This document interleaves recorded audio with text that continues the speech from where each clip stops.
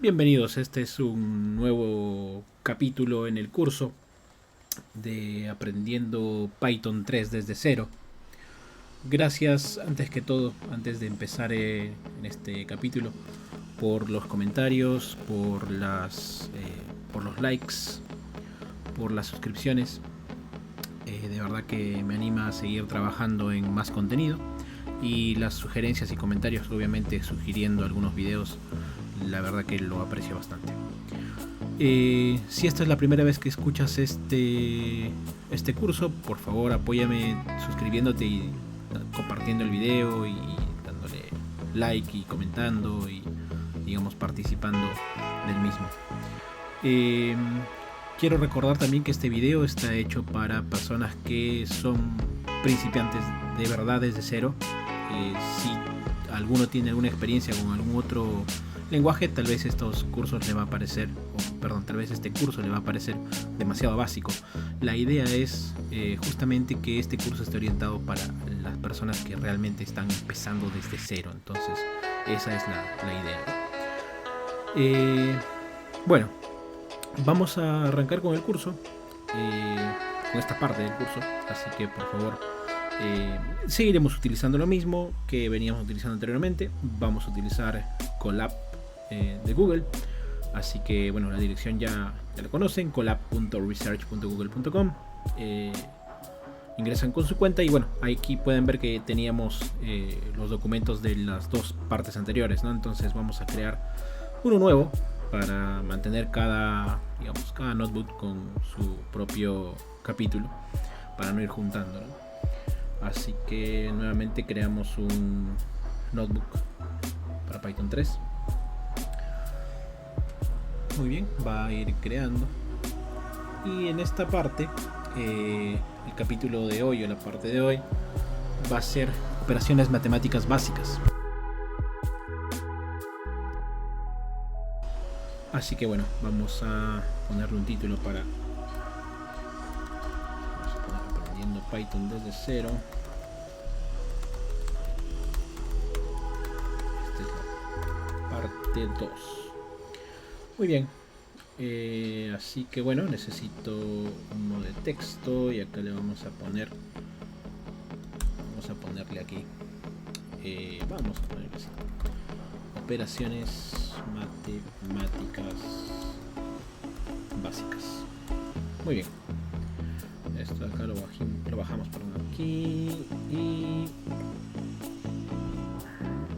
Perdón, ¿qué pasó con esto? Se perdió. Ahí está.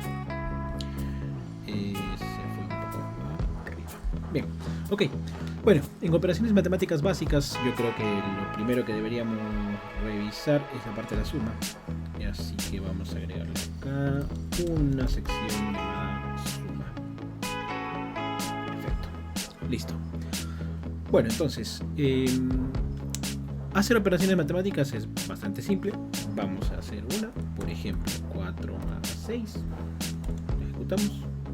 No se olviden que la primera vez que se ejecuta, corre una instancia. De hecho acá dice connecting, se puede ver acá, dice connecting, ¿no? Inicializando, y bueno, conectar y produce el resultado. Bien, esto solamente es la primera vez, así que no se preocupen de eso. Bueno, entonces vamos a declarar nuestras variables. Ya habíamos visto esto en el capítulo anterior, cómo declarar una variable, así que vamos a hacer lo mismo. Por ejemplo, le ponemos el primer entero 6, vamos a poner el segundo entero, puede ser 10, y sumamos ambos. De igual forma, esto de que es entero también está en el capítulo anterior. Te voy a dejar una tarjeta aquí arriba para que puedas ir al capítulo en el caso necesites repasarlo. Bueno, ahí hicimos una suma rápida de las dos primeras variables, es 16. Lo que vamos a hacer ahora es, vamos a asignar este resultado como el tercer entero y le ponemos la suma de ambos, ¿no? El primer entero más el segundo entero. Y tenemos ahí, obviamente no se muestra nada porque no le pedí que me muestre nada, y lo que vamos a hacer ahora es para que vean qué tipo de resultado me está produciendo, y es un entero. Obviamente es la suma de enteros, no tiene por qué cambiar el tipo de dato, sigue siendo entero. Así que bueno, ahí tenemos un resultado rápido. ¿Qué pasa si nosotros sumamos un entero más un flotante? Por ejemplo, hacemos una suma de 6 más 4.5. Obviamente nos va a dar el resultado que esperamos, que era 10.5, pero recordar que si es que tú sumas un entero más un flotante, el tipo que estás produciendo como resultado es un flotante. Así que eso te hay que tener en cuenta al momento de hacer las operaciones. Más adelante vas a saber cuál es la importancia de separar los tipos de datos, pero bueno, este es lo primero que hay que darse cuenta. Algo que recordar aquí es por qué estoy escribiendo las variables en inglés. Lo estoy haciendo por una buena práctica. Usualmente cuando uno trabaja en un proyecto de software va a trabajar con más personas y no necesariamente personas que hablen el mismo idioma. Así que se ha convertido en un estándar utilizar inglés al momento de programar. Es por eso que yo me he acostumbrado y recomiendo también seguir escribiendo código siempre en inglés. A excepción obviamente de los comentarios, que eso se puede adaptar a la necesidad del proyecto como tal, ¿no? Pero igual, los comentarios también deberían estar escritos en inglés. Creo que la única razón por la cual podría escribir un comentario en español sería por un tema de didáctica, de enseñar un curso o algo por el estilo. Pero totalmente recomendable que se siga escribiendo en inglés. Bueno, con lo que cuenta con la suma, creo que eso sería todo. Vamos con la resta, que es la otra operación común. Así que bueno, veamos. En la resta los resultados son bastante similares. De hecho, creo que son exactamente los mismos que se espera, ¿no? Restas dos enteros, te va a producir un entero obviamente. Aquí estoy haciendo una resta de un menor con un mayor, así que me va a producir un negativo. Puedo reemplazar mis variables que declaré anteriormente. Por ejemplo, al primer entero le podemos dar un nuevo valor, al segundo entero le podemos asignar otro valor y podemos hacer nuevamente la misma operación de resta obviamente, pero llamando a ambos objetos. Así que bueno, ya tenemos esto. ¿Qué pasa con el tema de restar enteros y flotantes? Pues sucede lo mismo, exactamente lo mismo. Entonces, por ejemplo, vamos a declarar un flotante que sea pues 1.3, por ejemplo, y lo que vamos a hacer es vamos a restarle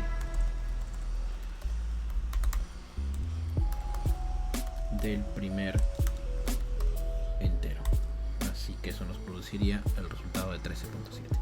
Si le pongo o si le pido que me diga el tipo de dato, me va a salir flotante, como es lo esperado. Pasamos a el siguiente tipo de operaciones comunes, que es la multiplicación. Ahí está. Y la multiplicación igual, no habría nada que ser diferente que las anteriores. Se utiliza el asterisco como símbolo de multiplicación. Si nunca has visto un lenguaje de programación antes, tal vez esto te sea nuevo, ¿no? El utilizar asterisco para programar. Si no, yo creo que incluso si has visto en algún momento Excel, en Excel se utiliza el mismo símbolo, así que eso no es nada de otro mundo. Bien, esa es la parte de la multiplicación. Vamos a ir a una operación, un tipo de operaciones que sí va a tomar un poco más de tiempo el revisarla, que son las divisiones. La división. Acá le pongo una tilde para que quede mejor.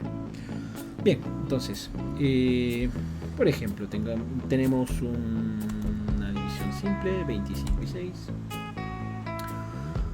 ¿Qué es lo que nos espera? Nos espera un resultado flotante.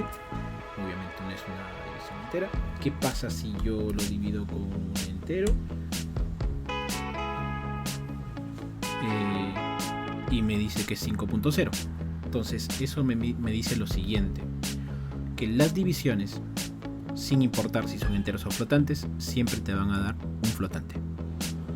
Eso es importante recordarlo, ¿sí? Nuevamente vamos a pedir un tipo y una división exacta, por ejemplo 30 entre 3, y el tipo nos va a decir que es flotante. Así es como funciona. Bien. ¿Por qué decía que esta sección va a tomar un poco más de tiempo? Es porque dentro de la división hay una, se puede decir que es una suboperación, o no, bueno, se le llama residuo, o algunos también lo conocen como módulo. ¿Qué es el residuo o módulo? Es básicamente el resultado de la operación, pero ya no te muestra cuál es el resultado de la división como tal, sino te muestra cuál es el residuo de la división. Por ejemplo, imagina que tenemos el número 25 y le dividimos entre 4. El resultado nos va a dar 6.25. ¿Por qué? Porque 4 por 6 es 24 y el punto 25 es el resultado del, digamos, es el resultado del residuo entre el número que está dividiendo. Entonces, ¿qué pasa si nosotros queremos saber cuánto es el residuo exactamente? Nosotros sabemos que el residuo es 1. Entonces, para eso se utiliza este operador, que es el operador porcentaje, o también se le conoce como operador módulo o residuo. Entonces, si le ponemos 25 porcentaje 4, lo que nos va a dar es el resultado de 1, porque 1 es el residuo de esta división. Saber el residuo de una división es importante porque incluso lo puedes utilizar en algoritmia básica, como por ejemplo saber cuándo un número es divisible por 2, lo mismo que debería ser cuando un número es par o impar. Por lógica, todo tiene que ver con el residuo y la división entre 2. Así que bueno, esa es una de las suboperaciones que se utiliza mucho. La otra, que se utiliza bastante en determinadas ocasiones, se llama la floor division, o algunos en español lo conocen como la división de piso. Vamos a ponerlo en español. Vamos a ponerlo división de piso. Perdón, aquí escribí código, aquí debería haber escrito texto. Ahora sí. Si uno, por cierto, si uno quiere ver cómo va quedando la estructura del notebook, puede abrir aquí y acá va a salir digamos, la estructura, ¿no? Por eso estoy escribiendo así con secciones, para que quede más ordenado. Bueno, la división de piso lo que hace es devolver el resultado de una división, pero considerando solo la parte entera. Por ejemplo, si yo divido en los mismos valores de anteriores, ¿no? El 25 y el 4. La división de piso se utiliza 2 veces el símbolo de slash. Sí, un solo slash es división, 2 slash son la división de piso. Entonces, lo que nos produce es el resultado de 6. Está tomando la parte entera. Ahora, esto no es un redondeo, hay que tener en cuenta. ¿Por qué? Porque miren, si yo pongo 27, 4, si estaríamos pensando en un redondeo, nos debería dar un número diferente. Pero no, nos está dando eso. Ahora, otra de las cosas que hay que tener en cuenta acá es que este tipo de resultado ahora sí es un entero y ya no es un flotante, es también hay que tener en cuenta. En divisiones exactas obviamente te va a devolver el valor exacto, no hay nada diferente ahí. Si uno divide un flotante, por ejemplo, imagínate que fuera 27.5 y le haces la división de piso de 4, lo que vas a obtener es un 6.0. En este caso sí te devuelve un flotante, porque el primer valor que está arrancando la división es un flotante. ¿Sí? Y lo mismo pasa si es que pongo para que no hace falta separarlo, pero de todas maneras para que quede claro, ¿no? Que el tipo es un flotante. Ahora, algo interesante que pasa es esto. Imagina que tienes dos flotantes, por ejemplo 12.2 y lo divides entre 6.9. Imagina eso. Si uno hace esta división, nos va a salir un 1. Pero ¿por qué no sale un 1? Si en teoría debería ignorar los enteros y hacer una división de 12 entre 6, en este caso. No sucede de esa forma. Al cual obtiene el entero, del cual saca el entero, en sí es del resultado. Entonces, si nosotros hacemos la división de 12.2 entre 6.9, nos va a dar que el resultado en sí es 1.76. Eso quiere decir que solamente coge la parte entera, ¿no? Y en este caso lo convierte a flotante. Eso es lo que hace por debajo, ¿no? Coge la parte entera y esta parte entera la convierte a flotante, manteniendo el primer tipo de dato. Esta Floor Division se utiliza en algunos algoritmos también, y también es importante saber por qué produce ese tipo de resultado. Bueno, como conclusión, para que esto se tenga en cuenta, vamos a poner acá una nota.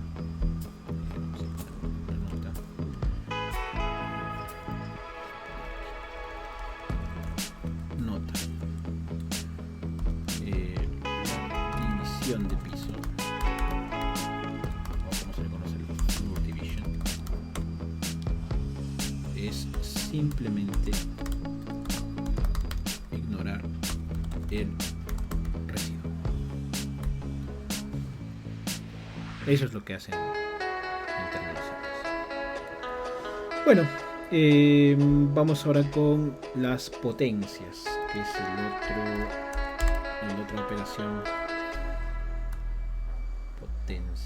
Potenciación también le conocen, ¿no? Se refiere como potencia en todo caso.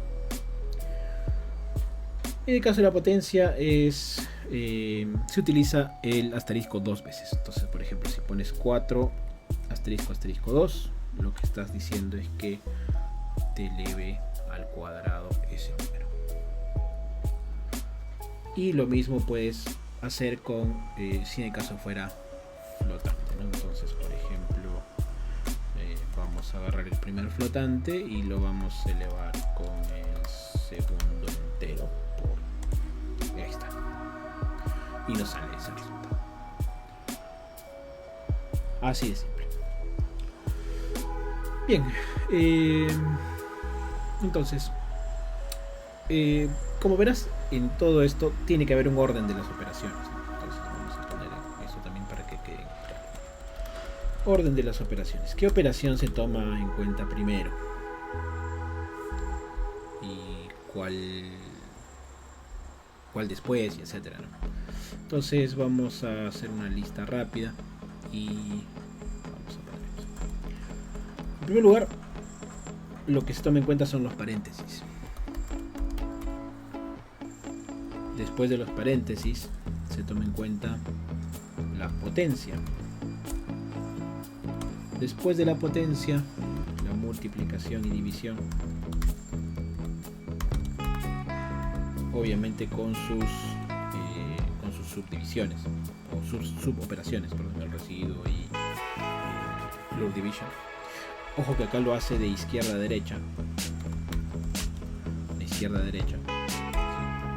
O sea, primero las operaciones de más a la izquierda. Eso es lo que quiere decir. Y luego de esto la suma y la resta. De la misma forma. De izquierda a derecha. Veamos un ejemplo. Un ejemplo rápido. Por ejemplo, imaginemos que tenemos este paréntesis y tenemos 6 menos 2. Ya este lo multiplicamos y abrimos paréntesis, y dentro de este abrimos otro paréntesis. Sumamos 9 más 1, por ejemplo, y luego lo dividimos a esto entre 3 menos 1. Y ya está. ¿Qué es lo que está pasando aquí? Vamos a agrandar un poquito para que quede claro. Veamos si se respeta el orden que hemos descrito. Primero los paréntesis. Entonces, en este caso, si se dan cuenta, son dos términos. El primero que está aquí y el segundo que está acá. Porque este paréntesis contiene otro centro. Entonces, esas dos cosas va a guardar antes. Entonces, aquí va a tener un 4 y lo va a dejar ahí. Y acá va a esperar el resultado de la otra operación. Entonces, entra a los paréntesis y busca potencias. No hay potencias, así que nada que hacer. Y lo que va a hacer es, nuevamente va a entrar a los paréntesis antes que la potencia. Va a entrar nuevamente en los paréntesis. Entonces va a entrar aquí, por ejemplo. Va a buscar, ahí recién va a buscar la potencia. No hay potencia. No hay paréntesis, no hay potencia. No hay multiplicación, no hay división. Y se va a la suma y la resta. Entonces ahí tienes un 10.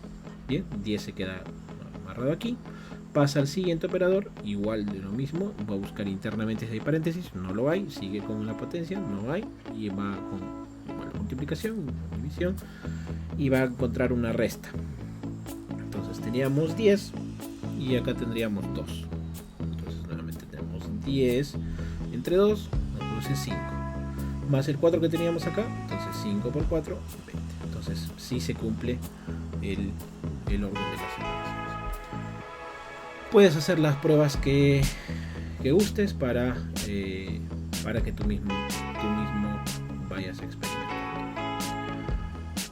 Bien, ahora algo que hay que recordar acá es los operadores de asignación, que es algo importante que hay que recordar. ¿Qué son los operadores de asignación?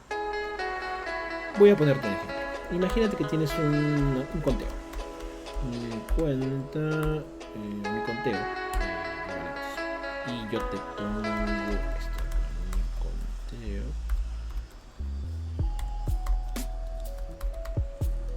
y ahí está.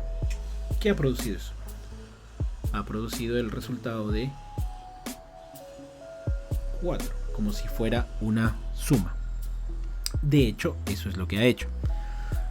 Esto que acabo de escribir es lo mismo si hubiera escrito esto.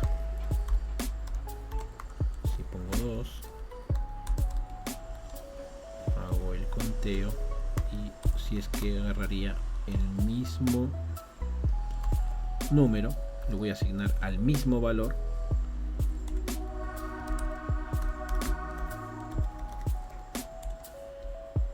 Ahí está. Es exactamente el mismo resultado.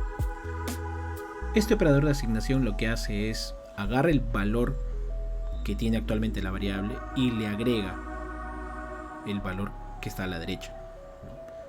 Es decir, va a agarrar el número 2 y le va a agregar el número 2.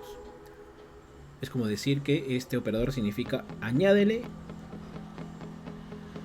este número al resultado y obviamente asígnale. Añade y asigna.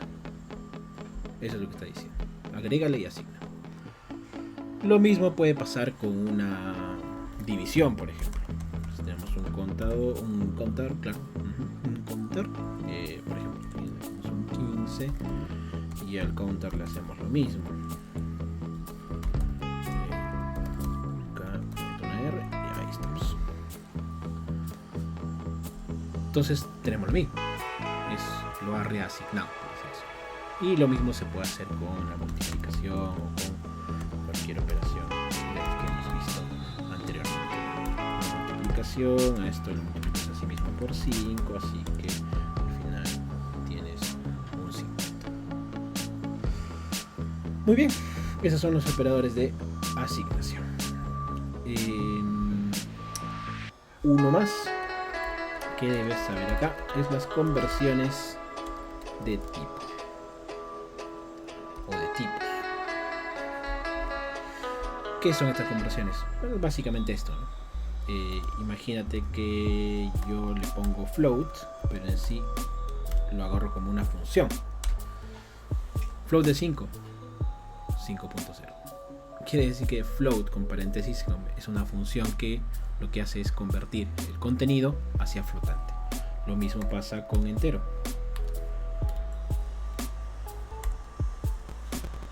Y ahí tenemos un 5.0, que es lo que ha convertido. ¿Qué pasa si nosotros tenemos esto? 5.9.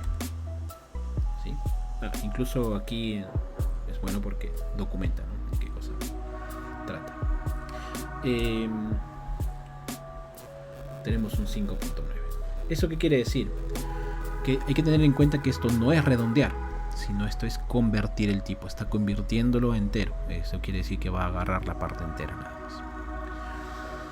Bueno, así que creo que eso es todo lo que se tiene que saber con respecto a operaciones matemáticas. Hemos visto un poquito también de asignaciones y de conversión de tipos. Es bueno saberlo ahora, junto con las operaciones matemáticas. Entonces hagamos un resumen rápidamente de lo que hemos visto en este capítulo. Vamos a hacer un resumen. Muy bien. Vamos a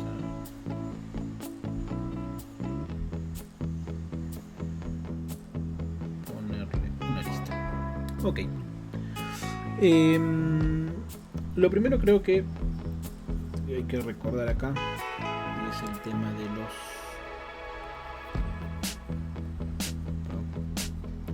presioné la tecla. Ahora sí. Vamos a poner acá operadores matemáticos.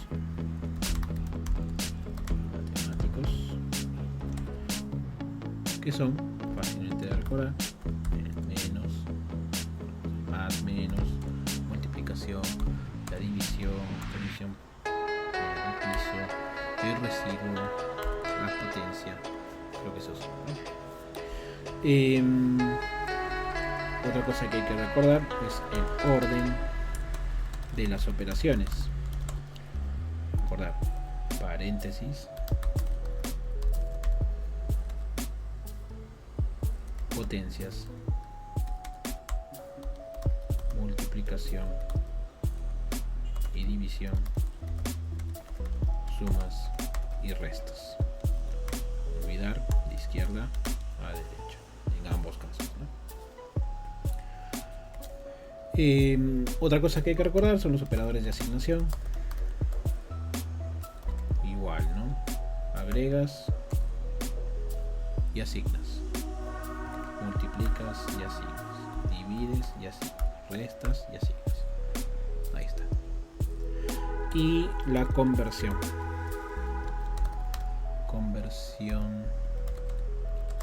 de tipos: el tipo entero y el tipo flotante, por ahora. Ahí está. Creo que ese es el resumen de este capítulo. Vamos a poner aquí términos a recordar.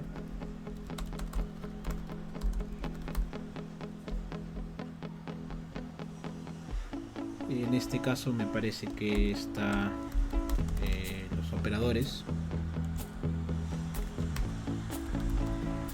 El otro término que debes acordarte es residuo o división de piso, o floor division, si quieres poner en inglés, y las conversiones de tipos. Creo que esos son los términos que debes recordar. Una práctica, si deseas practicar.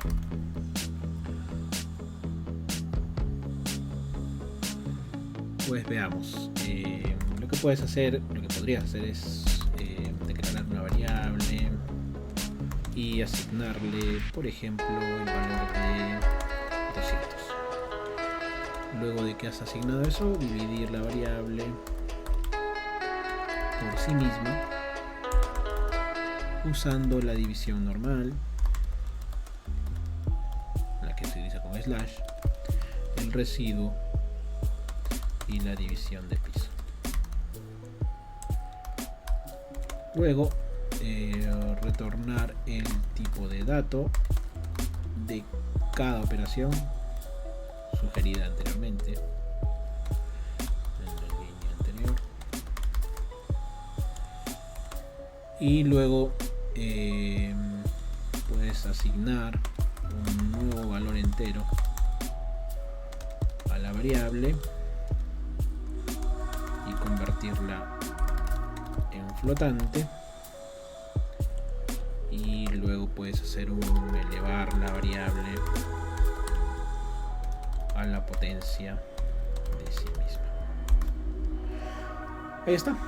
Creo que es una excelente práctica. Si deseas, puedes colocar tu ejercicio, lo compartes a través de los comentarios en YouTube y por ahí podemos ir interactuando, ¿no? De repente hay alguna duda o no. Creería que todo va a estar bastante simple de hacer, pero uno nunca sabe, siempre puede haber dudas, así que con confianza contáctame por los medios o por las redes sociales que utilices.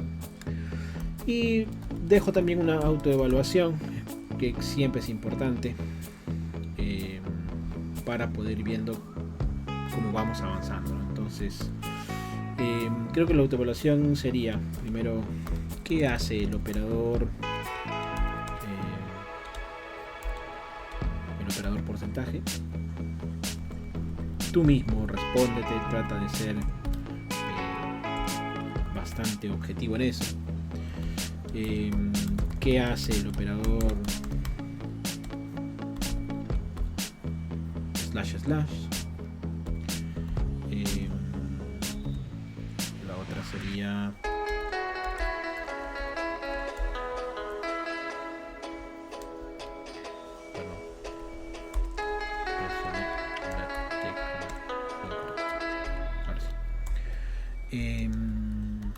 cómo incrementas en valor el valor de una variable en 10 y reasignas el resultado en la misma variable. Y por último, juego sencillo, ¿cuál es la diferencia entre enteros y flotantes? Muy bien, así que creo que estamos. Esto sería todo por este capítulo. Gracias por haber llegado hasta esta parte. Si lo has hecho, no te olvides, por favor, suscríbete, déjame tus comentarios y todo lo que puedas hacer para difundir este contenido. Gracias nuevamente y nos vemos en el siguiente capítulo.